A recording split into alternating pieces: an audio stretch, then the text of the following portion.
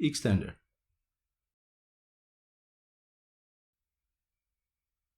The Extender tab allows us to add extra functionality to Burp using plugins or extensions.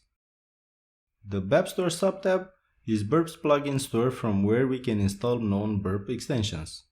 Note that some extensions require the Pro version of Burp as mentioned in the details column.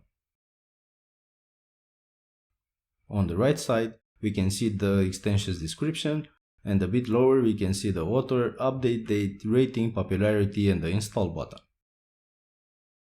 Note that Burp supports extensions in multiple programming languages, so you may need to install additional runtimes. Let's install our first extension. I'm going to choose Copy as Python Requests. I love this extension, I use it very often. It just exports the Burp requests as Python code. I use it frequently for generating proof of concepts. You can choose to export the entire session with cookies, headers, etc. if you really want to. So choose Copy as Python Requests and click the install button on the right panel. And that's it. Note that the button now shows reinstall. This confirms that it's installed. We can now select any request in Burp, open the context menu and see two new options there.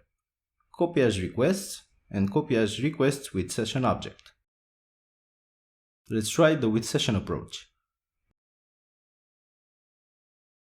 Note that it automatically configured headers and cookies and wrote the code for us.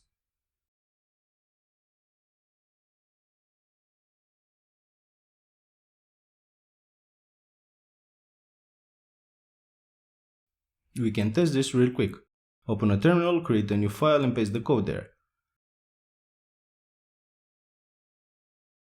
I'm changing it a bit to print the request response and that's it. Save the file and run it with Python and the file name you chose.